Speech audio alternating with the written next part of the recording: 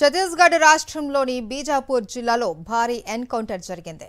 Indravati national పార్కులో encounter జరిగింది. మావోయిస్టులు భద్రతా బలగాల మధ్య హోరాహోరీగా కాల్పులు జరిగాయి. 31 మంది మావోయిస్టులు ఎదురు కాల్పుల్లో చనిపోయారు. చనిపోయిన మావోయిస్టుల్లో అగ్రనేతలు ఉండే అవకాశం ఉందనే ప్రచారం జరుగుతుంది. ఈ ఎన్కౌంటర్లో భద్రతా బలగాల్లోని 2 జవాన్లు మృతి చెందారు. పలువురు గాయపడ్డారు. గాయపడ్డ వారిని హెలికాప్టర్లో ఆసుపత్రికి తరలించారు.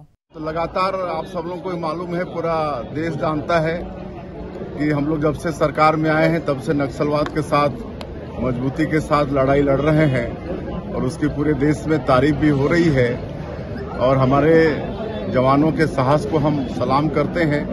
बहुत बहादुरी के साथ नक्सलवाद के साथ लड़ रहे हैं और हमारे देश के यशस्वी प्रधानमंत्री श्री नरेंद्र मोदी जी और देश के गृहमंत्री आदरणीय अमित शाह जी, उनका संकल्प है कि 31 मार्च 2026 तक इस देश से नक्सलवाद को समाप्त करना है। और आज ज्यादा मात्रा में छत्तीसगढ़ में ही नक्सलवाद है, लेकिन मुझे पूरा विश्वास है कि जिस बहादुरी के साथ हमारे जवान लड़ रहे हैं, निश्चित रूप से हमारे माननीय प्रधानमंत्री जी और माननीय गृहमंत्री जी का संकल्प पूरा होगा।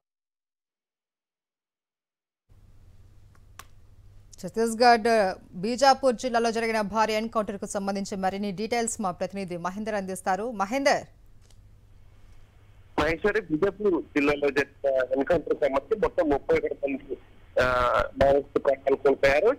ఈ ఘటనపై కూడా ముఖ్యమంత్రి విష్ణుదేవ్ సాయి కూడా స్పందించారు. ఎన్కౌంటర్ లో పాల్గొన్న వీర సైనికులను గర్విస్తున్నామని కూడా వాయిస్ ఇవ్వడం జరిగింది. ఛత్తీస్గఢ్ రాష్ట్రంలో నక్సలిజాన్ని అర్థం చేయాలని ప్రధాని మోడీ, హోంమంత్రి అమిత్ షా కృతజ్ఞతతో ఉన్నారని కూడా ఆయన చెప్పారు. అదేవిధంగా ఎన్కౌంటర్ లో అమరులైన సైనికులు కూడా వాళ్ళు అర్పించారు. మొత్తం కేంద్ర హోం మంత్రి అమిత్ షా తీర్మానం ప్రకారం మార్చి 2026 నాటికి మావోయిస్ట్ రహిత సమాజం కోసం కృషి జరుగుతుందని కూడా నేను చెప్పడం జరిగింది. అయితే ప్రస్తుతం స్టాప్ లో ఎక్కడ ఎన్కౌంటర్ సంబంధించి జరుగుతుందో నేషనల్ పార్క్ సంబంధించిన ఏరియా పూర్తిగా దాన్ని భద్రతా బలగాలు వాళ్ళు అధీనంలో ఉన్నాయని చెప్పాలి. ప్రస్తుతం 31 మంది చనిపోయిన నేపథ్యంలో ఇప్పటివరకు 12 మంది మాత్రమే డెడ్ బాడీస్ కు సంబంధించి ఐడెంటిఫికేషన్ జరిగింది. ఇంకా డెడ్ బాడీస్ సంబంధించిన ఐడెంటిఫికేషన్ జరగాల్సి ఉంది.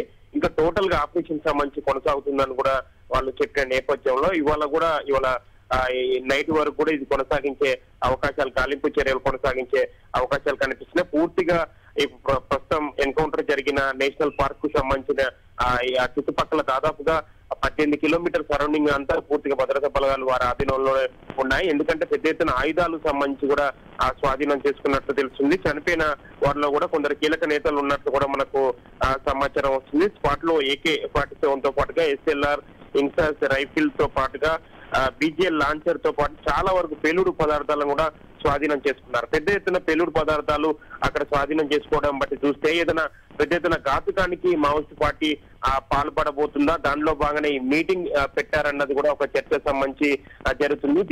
ఈ ఇష్యూ సంబంధించిన నేపథ్యంలోనే అక్కడ భద్రతా బలగాలు సంబంధించి అప్రమత్తమయ్యాయి. ఈ పక్కా సమాచారం కేంద్ర హోంశాఖకు వచ్చిన నేపథ్యంలో ఇది చాలా సీరియస్ గా తీసుకున్నారు. ఇది చాలా పెద్ద ఇష్యూగా వాళ్ళు పరిగణలో తీసుకుని దాదాపుగా 1800 వరకు కూడా పోలీసు బలగాలను కూడా చుట్టుముట్టి ఇచ్చిన పరిస్థితి ఏర్పడింది. దాదాపుగా 3 రోజుల నుంచి కూడా ఈ ఆపరేషన్ అనేది కొనసాగుతున్నట్టు తెలిసింది. నేషనల్ పార్కు సరిహద్దు సంబంధించిన ఏరియాను కూడా పూర్తిగా వాళ్ళు వారి ఆధీనంలో తీసుకుని కుంబింగ్ సంబంధించి చేపట్టారు. పక్కా సమాచారం ప్రకారం అక్కడికి వెళ్ళడం జరిగింది. ఒక ప్లాన్ ప్రకారం వాళ్ళు అక్కడ పూర్తి కుంబింగ్ సంబంధించి నిర్వహించారు. అయితే ఈ ఘటనలో జవాన్లు సంబంధించి 2 జవాన్లు సంబంధించి కూడా ప్రాణాలు కోల్పోయారు. మరో 2 జవాన్లు తో పాటు తీవ్ర గాయాలయ్యాయి. వారిని మెరుగైన వైద్యం కోసం హెలికాప్టర్ ద్వారా రాయపూర్ సంబంధించిన ఆసుపత్రికి సంబంధించి తరలించారు. వారికి ట్రీట్మెంట్ సంబంధించి జరుగుతుంది. ఇందులో ఒకరి పరిస్థితి కొంత ఆందోళనకరంగా ఉన్నట్టు తెలుసు. ఇంకొకరు మాత్రం స్వల్ప గాయాలకు సంబంధించి అయ్యాయని చెప్పాలి. అంటే ఓవరాల్ గా ఇష్యూ సంబంధించి మాత్రం ఇది కొంత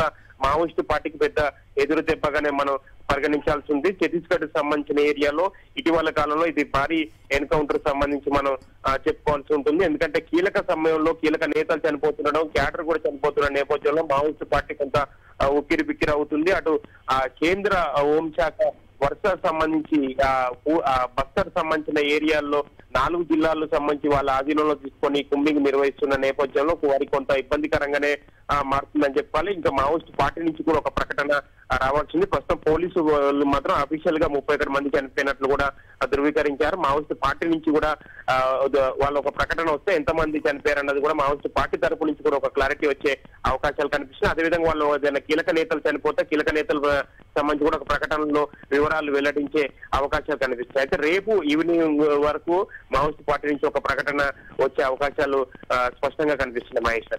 రైట్, థ్యాంక్ యూ మహేందర్.